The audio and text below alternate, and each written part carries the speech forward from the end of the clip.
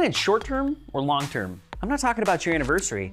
I'm talking about your business goals. As Gary Coleman knew, some things are better short, but some things are just better long, like bridges and Ken Burns documentaries. As marketers, our long-term goals, like building a brand that customers don't publicly shame all over social media, are just as important as short-term revenue-raising goals. So how do we balance the two? Today on Marketing is Broken, we welcome Adam Prohl, co-founder of digital marketing firm NordicClick, to help us find the right mix that works.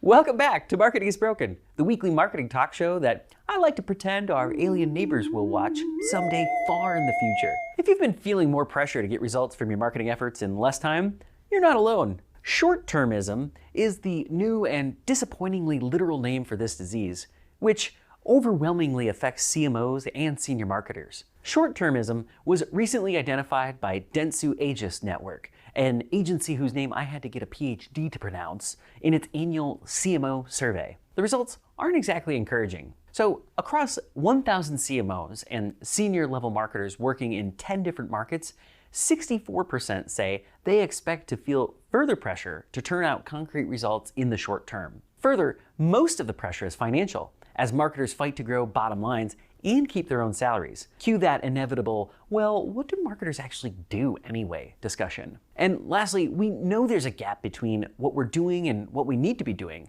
Dentsu Aegis reports that across the board, marketers rate indicators of future marketing success like data collection and analysis as extremely important, yet many don't feel they're delivering well in those areas today. Yikes. Just reading those facts made me more anxious than a chihuahua giving a keynote speech in an auditorium full of cats and rocking chairs.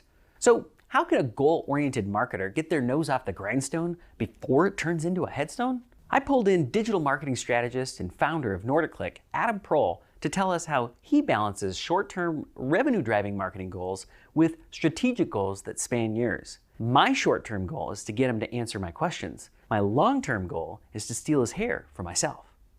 Looks good. The ratio of lifetime value to cost of customer acquisition, or LTV to CAC, that's one of the most popular ways to judge the effectiveness of marketing acquisition campaigns for startups. Why is that model not necessarily the best, or what are some of the flaws with that model?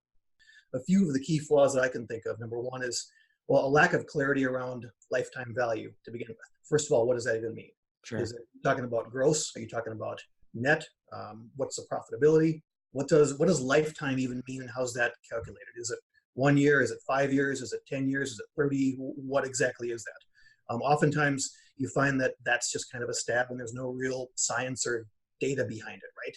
And that can be a flaw. But number two, I like to call, it's not my original thought, but the flaw of averages, not the law of averages, the flaw of averages. As humans, we love to think about things in terms of average because, well, it's easy and it sounds good when you say, well, on average. Well, on average, Switzerland is flat, right? I mean, if you think about the peaks and the valleys and stuff like that, and that's not my original quote, somebody else said, but on average, it's flat.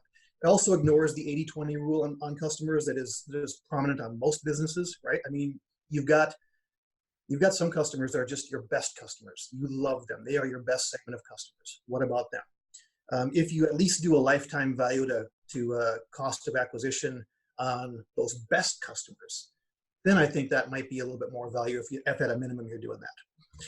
Also, I think, maybe the most important is what it doesn't account for is it looks backwards and says, okay, here's what that lifetime value has historically been.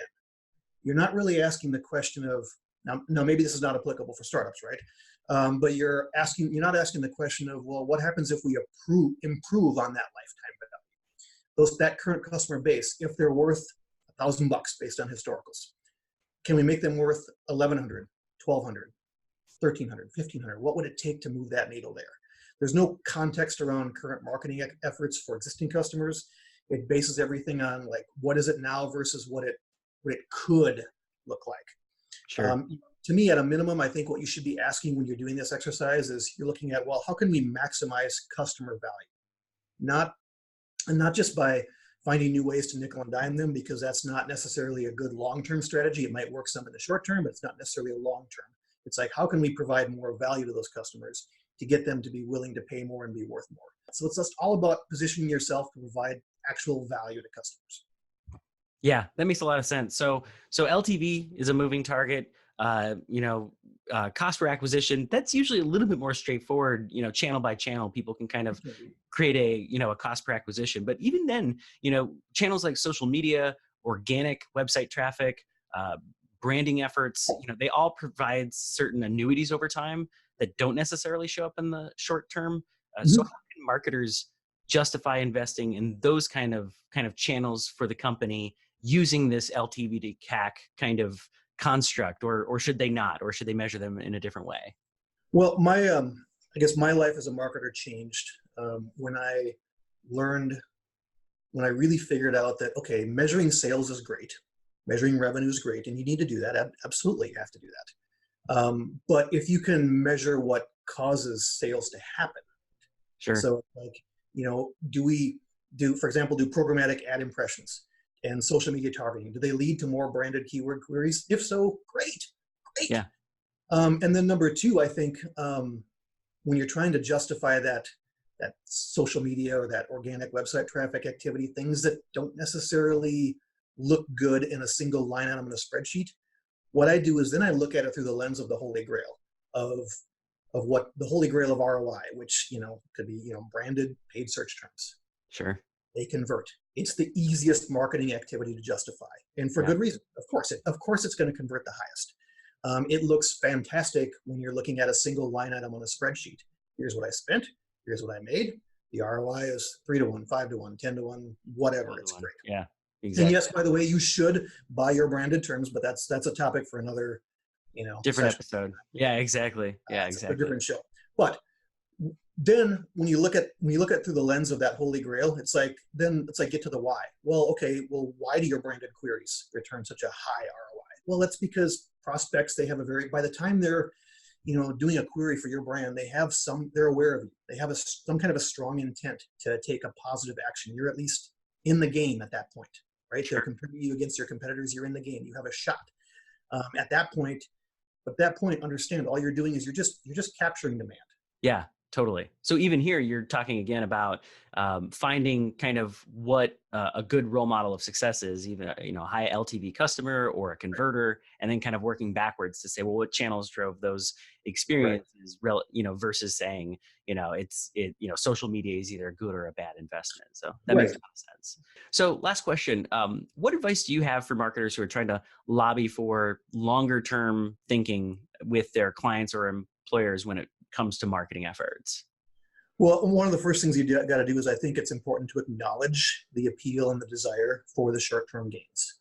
And then I think, after acknowledging that, it's like, well, yeah, go back to the previous discussion about there's really a finite pool of those branded keyword queries. There's a finite pool of those high performing email subscribers on your list. There's a finite pool of them.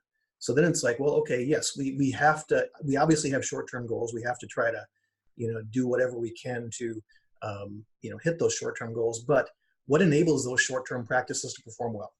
What is it that enables that? And so if you go back to that short-term strategical thinking, can you show that there's only so many branded keyword queries? So how do we get more of those? So if you handle kind of number one and number two, what we have shown over time is we've shown that when we do these activities, when we do that targeted programmatic buy, when we go out there on social media and generate content and target an appropriate audience, that over time we see that more people are aware of our brand. That gets more people to, basically do that query, do that visit, sign up for that email newsletter, things like that. That's what helps long term. That's great. So one thing leads to another. You kind of put those together in a business case, and you'll get more leverage and opportunity. So Adam Prohl, thank you so much for your time. Thank you. I appreciate it. That's it for us today here at Marketing is Broken. I hope spending a short term watching this episode helps you out in the long run. Ew, long runs. No thanks. Hey, it's Josh from Brandish Insights. Thank you for watching Marketing is Broken. If you like this week's episode, please click below to subscribe or check out other episodes. And if your company could use more insights around your branding efforts, check out brandishinsights.com.